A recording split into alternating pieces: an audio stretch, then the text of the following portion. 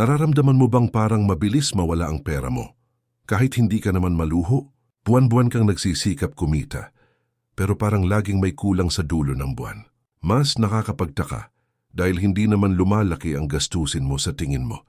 Masakit tanggapin, pero maraming tao ang hindi naghihirap dahil maliit ang kinikita nila. Marami ang nahihirapang umangat dahil hindi nila napapansin kung saan tahimik na dumudugo ang kanilang pera. Habang abala ang karamihan sa paghahanap ng mas malaking kita, may isang bagay na madalas nilang nakakalimutan. Hindi lahat ng problema sa pera ay nasosolusyonan ng dagdag na sahod. Hindi lahat ng negosyo ay lumalago dahil lang sa mas maraming benta. Hindi lahat ng yumayaman ay nagsimula sa malaking kapital. Kadalasan nagsisimula ang pagbabago sa pagtigil ng mga gastusing, unti-unting sumisira sa iyong pinansyal na kinabukasan. Araw-araw may perang lumalabas sa iyong bulsa na pakiramdam mo ay normal lamang. Maliit tingnan ang ilan sa mga gastusing iyon, kaya hindi mo na binibigyan ng pansin. Paulit-ulit silang nangyayari hanggang sa maging bahagi na ng iyong nakasanayan. Lumilipas ang mga buwan at taon nang hindi mo namamalayang libo-libo o kahit daan-daang libo na ang nawala. Mas mabigat pa rito dahil karamihan sa mga perang iyon ay pwede sanang napunta sa ipon, puhunan o mas mahalagang bagay. Maraming Pilipino ang nagsisikap magtipid, ngunit hindi pa rin makita ang tunay na dahilan kung bakit mabagal ang kanilang pag-unlad. Patuloy silang nagtatrabaho ng mas mahaba, ngunit hindi lumalawak ang kanilang kalayaan sa pera. Patuloy silang nangangarap ng mas magandang buhay, ngunit nananatiling pareho ang resulta. Hindi dahil tamad sila, hindi dahil kulang sila sa pangarap, kundi dahil may mga gastusing tahimik na kumakain sa kanilang kinikita araw-araw. Kapag natutunan mong kilalanin ang mga gastusing dapat bawasan, magsisimula kang makita ang pera sa ibang paraan. Magiging mas malinaw kung bakit may mga taong mabilis makaipon kahit hindi kalakihan ang kanilang sahod. Mas maunawaan mo kung bakit may mga negosyong mabilis lumago habang ang iba ay hirap na hirap umusad. Bawat pisong na ililigtas mula sa maling paggastos ay isang hakbang palapit sa mas matatag na kinabukasan. Una, mga mamahaling pagkain at inumin sa labas. Kapag naging nakasanayan ang madalas na pagbili ng pagkain sa mga restoran, karinderyang may mataas na presyo o mga kilalang establishmento ng kape, mabilis na lumalaki ang halagang lumalabas sa iyong pitaka. Mukhang maliit lamang ang bawat transaksyon sa unang tingin, kaya maraming tao ang hindi agad nababahala rito. Ilang daang piso bawat araw ang karaniwang nawawala nang hindi gaanong napapansin dahil bahagi na ng pangkaraniwang gawain. Lumilipas ang mga linggo na tila walang problema, ngunit patuloy na tumataas ang kabuuang halaga ng nagagastos. Bandang dulo ng buwan sa lamang makikita kung gaano kalaki ang nawala sa simpleng pagkain sa labas. Sa panahon ngayon, napakadaling matuksong bumili dahil halos bawat sulok ay may nakakaingganyong pagkain na agad naaabot ng sinuman.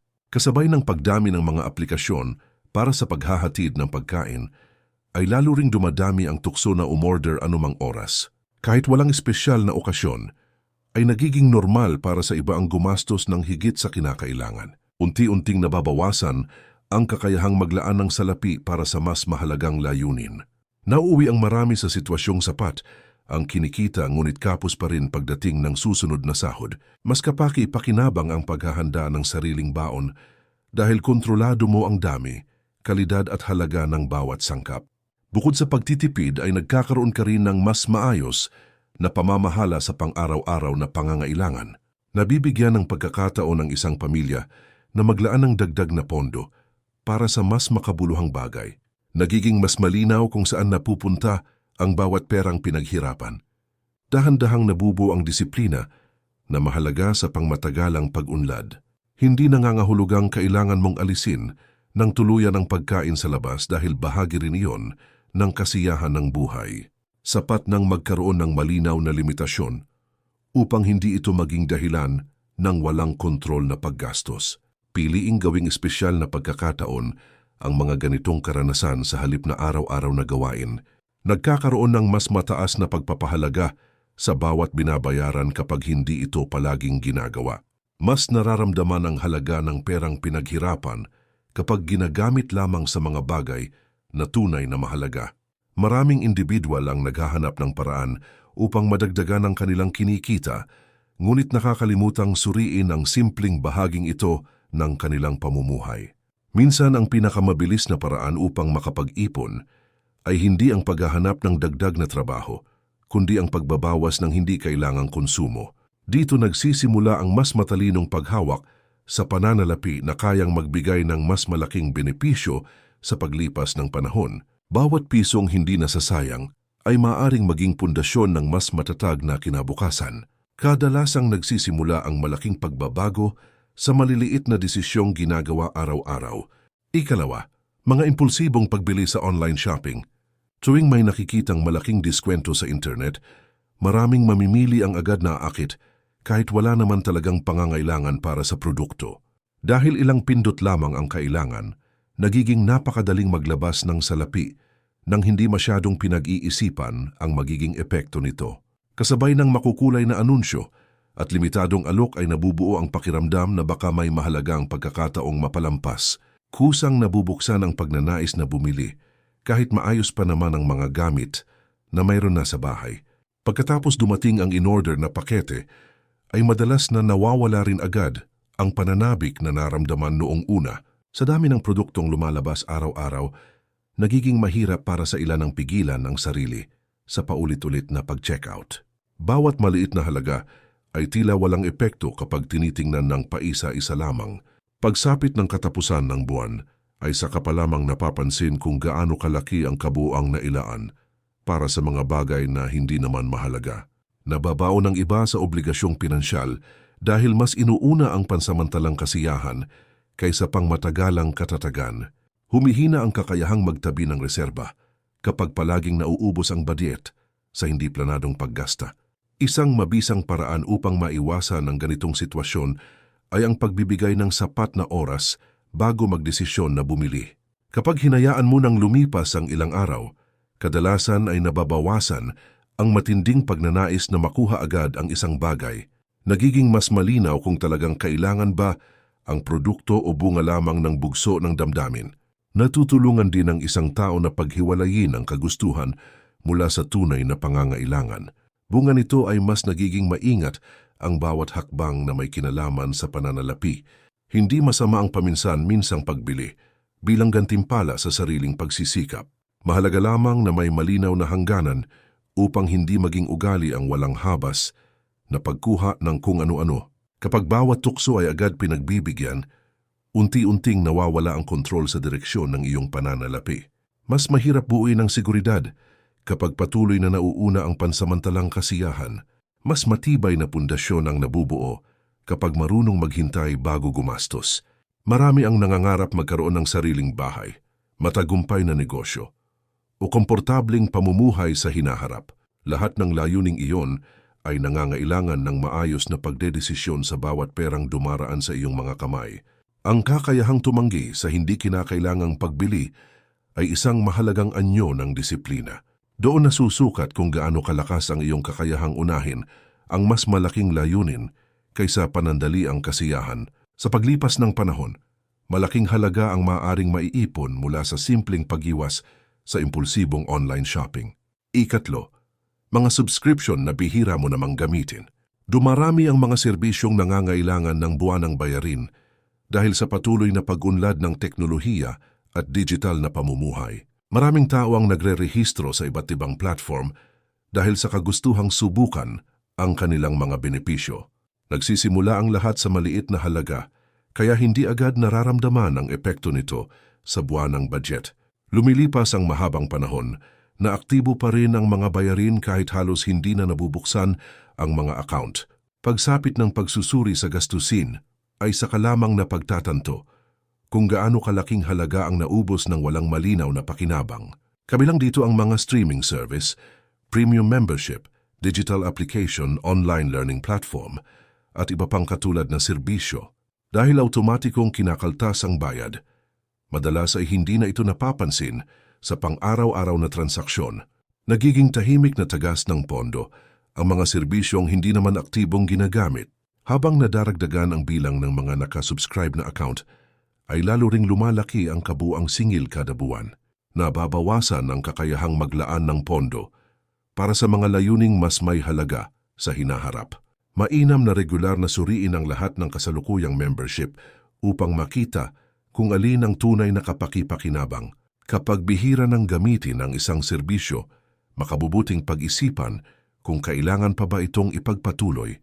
Nakatutulong ang simpleng pagsusuring ito upang maiwasan ang walang saysay na paglabas ng salapi. Nagiging mas organisado rin ang pamamahala sa personal na pananalapi kapag malinaw ang bawat binabayaran. Mas madaling mahanap ang mga bahaging maaring bawasan nang hindi naaapektuhan ang kalidad ng pamumuhay. Hindi nangangahulugang kailangang kanselahin ang lahat ng subscription na mayroon ka. Mas mahalaga ang pagpili lamang ng mga serbisyong nagbibigay ng totoong halaga at regular na pakinabang. Kapag malinaw ang layunin ng bawat binabayaran, mas nagiging makabuluhan ang bawat sentimong inilalabas. Nawawala ang pakiramdam ng pagsisisi dahil alam mong napupunta ang pera sa bagay na talagang ginagamit. Nabubuo rin ang ugaling maging mapanuri bago kumuha ng panibagong membership. Marami ang nakatuon sa malalaking gastusin, ngunit nalilimutang tingnan ang maliliit na automatikong bayarin na patuloy na umaandar bawat buwan. Kadalasan, ang mga tahimik na singil na ito ang dahilan kung bakit mabagal madagdagan ang naitatabing pondo. Ang perang naililigtas mula sa mga hindi ginagamit na serbisyo ay maaring ilaan sa mas produktibong pagkakataon. Doon nagsisimulang makita ang kahalagahan ng bawat maliit na desisyong pinansyal na ginagawa araw-araw. Unti-unting lumalakas ang pundasyon ng iyong pananalapi kapag natututo kang alisin ang mga gastusing wala ng tunay na silbi. Ika-4, mga bisyong unti-unting sumisira sa iyong pananalapi. Hindi lamang kalusugan ang naaapektuhan ng mga bisyo dahil malaki rin ang epekto nito sa kakayahang makapag-ipon at makapagplano para sa kinabukasan. Marami ang hindi agad nakapapansin kung gaano kalaking halaga ang napupunta rito dahil paisa-isa lamang ang karaniwang inilalabas na pera. Bunga ng nakagawi ang paglalaan ng salapi sa ganitong mga gawain ay dahan-dahang nababawasan ang natitirang pondo para sa mas mahahalagang pangangailangan. Lumalaki ang kabuang halaga habang nagpapatuloy ang parehong gawain sa loob ng maraming buwan o taon. Dumadating ang pagkakataong mas malaki pa ang nagagastos kaysa sa tunay na napapakinabangan. Kabilang sa ganitong uri ng paggasta ang labis na pag-inom, pagsusugal, at iba pang nakasanayang gawain na patuloy na kumakain sa pinaghirapang kita. Dahil bahagi na ng nakagisnang rutina para sa ilan, nagiging mahirap makita ang tunay na bigat ng epekto nito. Nabubuo ang maling paniniwala na normal lamang ang paulit-ulit na paglalabas ng salapi para rito. Habang tumatagal, ay lumiliit ang kakayahang bumuo ng pondo para sa mga personal na pangarap. Nawawala rin ang maraming oportunidad na sana ay nakatulong sa pag-angat ng antas ng pamumuhay. Isang mahalagang hakbang ang pagiging tapat sa sariling kalagayan pagdating sa mga nakaugaliang paggasta. Kapag malinaw na nakikita ang tunay na halaga, nang nagugugol bawat linggo o bawat buwan, mas madaling gumawa ng tamang desisyon. Nagkakaroon ng mas malawak na pag-unawa kung gaano kalaki ang maaaring mailigtas sa simpleng pagbabawas lamang. Nabibigyan ng pagkakataon ng sarili na ituon ang mga pinagkukunan ng yaman sa mas kapaki-pakinabang na direksyon. Unti-unting nabubuo ang mas matatag na pundasyon para sa mas magandang kinabukasan. Hindi madaling baguhin ang isang nakasanayang gawain, lalo na kung matagal na itong bahagi ng araw-araw na buhay. Gayunpaman, bawat maliit na hakbang tungo sa pagbabawas ay may malaking epekto sa paglipas ng panahon. Mas nagiging malinaw ang halaga ng bawat kinikita kapag hindi agad nauubos sa mga bagay na walang naidudulot na pag-unlad. Nagkakaroon ng mas malaking espasyo para sa mga layuning tunay na mahalaga. Nadaragdagan ang pagkakataong makamit ang mas maayos na kalagayang pinansyal. Kapag pinagsama-sama ang lahat ng halagang nailalabas para sa mga bisyo sa loob ng maraming taon, nakakagulat kung gaano ito kalaki. Sapat na sana ang ibang bahagi ng perang iyon upang makapagsimula ng maliit na pagkakakitaan o makabuo ng disenteng reserbang pinansyal. Nagmumula ang maraming suliranin sa pera sa mga kaugaliang tila, maliit lamang kapag tinitingnan araw-araw. Doon makikita na ang tunay na pagbabago ay hindi palaging nakasalalay sa laki ng kinikita, kundi sa paraan ng paggamit nito. Mas nagiging posible ang pag-asenso Kapag natututong putulin ang mga gastusing, patuloy na humihila pababa sa iyong pananalapi. Ikalima, mga gadget at kagamitan na binibili para lamang makasabay sa uso. Sa panahon ng mabilis na pagbabago ng teknolohiya, maraming tao ang nakakaramdam ng matinding pagnanais na magkaroon agad ng pinakabagong bersyon ng isang produkto. Dahil sa impluwensiya ng mga patalastas at nilalaman sa social media, nagmumukhang mahalagang pangangailangan ang mga bagay na maaari namang ipagpaliban. Nabubuo ang paniniwalang kailangang palaging bago ang gamit upang makasabay sa iba. Kahit maayos pa ang kasalukuyang kagamitan, marami pa rin ang naghahanap ng kapalit na wala namang malaking kaibahan sa tunay na paggamit. Unti-unting lumalaki ang inilalabas na halaga para sa mga pagbiling nakabatay lamang sa uso at pansamantalang kasiyahan. Kapag naging ugali ang ganitong paraan ng paggasta, madaling maubos ang pondong maaari sanang mapunta sa mas produktibong layunin. Bawat paglabas ng bagong modelo ay nagiging dahilan upang makaramdam ng kakulangan kahit maayos pa naman ang pagmamay-ari. Dahil dito, nawawala ang pagpapahalaga sa mga kagamitang mayroon pa ring maayos na silbi. Nagiging walang katapusan ang paghahabol sa mga bagay na patuloy ding nagbabago taon-taon. Humahantong ang ilan sa pagkakaroon ng obligasyong pinansyal na hindi naman talaga kinakailangan. Mas makabubuting suriin muna kung tunay bang kailangan ng isang bagong kagamitan bago magdesisyon na bumili. Kapag nakatuon sa praktikal na gamit kaysa sa kasikatan ng produkto, mas nagiging matalino ang bawat desisyong pinansyal. Natutulungan nito ang isang tao na maiwasan ang mga pagbiling bunga lamang ng bugso ng damdamin. Nagkakaroon ng pagkakataong masulit nang husto ang kasalukuyang pagmamay-ari. Bunga nito ay mas nagiging maingat ang paglalaan ng pinaghirapang kita. Hindi nasusukat ang tagumpay sa uri ng teleponong hawak, laptop na ginagamit o aksesoryang ipinapakita sa ibang tao. Mas mahalaga ang kakayahang pamahalaan ng maayos ang mga pinagkukunan ng yaman. Ang tunay na kaunlaran ay nakikita sa matatag na pundasyong nabubuo para sa hinaharap. Mas kapaki-pakinabang ang pagkakaroon ng malinaw na direksyon kaysa sa walang tigil na pagsunod sa mga nagbabagong uso. Doon nagsisimulang lumakas ang kontrol sa sariling pananalapi. Maraming pagkakataon na ang perang inilalabas para sa hindi kinakailangang pag-upgrade ay maaaring magamit sa mas mahalagang layunin. Pwede sana itong maidagdag sa puhunan, reserbang pang-emerhensya o iba pang oportunidad na may mas malaking pakinabang. Lumalawak ang kakayahang bumuo ng seguridad kapag natututong iwasan ng paggastos na nakabatay lamang sa panlabas na impluensya. Nagiging mas matatag ang kalagayang pinansyal kapag inuuna ang halaga kaysa sa imahe. Diyan nagsisimula ang mas matalinong pagdedesisyon na nagdadala ng pangmatagalang benepisyo. Ika-6, mga bayarin at utang na hindi agad binabayaran.